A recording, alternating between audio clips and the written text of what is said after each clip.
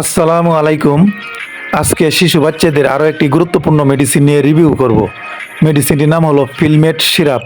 এর জেনেটিক নাম বা মূল উপাদান হলো মেট্রোনিডাজোল। এটি মূলত একটি অ্যান্টিবায়োটিক ঔষধ। এটি বাজারজাত করেছে বেক্সিমকো ফার্মাসিউটিক্যাল লিমিটেড।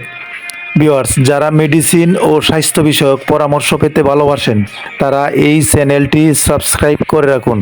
ফিলমেট সিরাপটির কার্যকারিতা কী? কোন কোন রোগের ক্ষেত্রে ডাক্তাররা এই ওষুধটি নির্দেশনা দিয়ে থাকে? যে সকল শিশু বাচ্চাদের পাতলা পায়খানা, ডায়রিয়া, আমাশা এবং ব্যাকটেরিয়া বা প্রোটোজোয়া দ্বারা সংক্রমিত বিভিন্ন ধরনের পেটের সমস্যা দেখা দেয়, তাদের জন্য এই সিরাপটি খুবই ভালো কাজ করে থাকে। এছাড়াও যে সকল বাচ্চাদের পেটে সংক্রমণ, সাদা আমাশা, পাতলা পায়খানা, পেটে প্রচুর পরিমাণ গ্যাস হয় ইত্যাদি রোগে খুবই কার্যকারী একটি ঔষধ।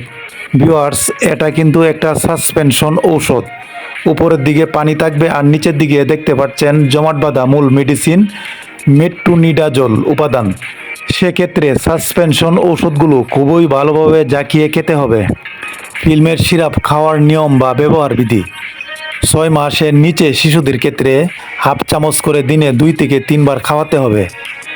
1 থেকে 3 বছর শিশুদের জন্য 1 চামচ করে দিনে 3 বার খাওয়াতে হবে ভরা পেটে।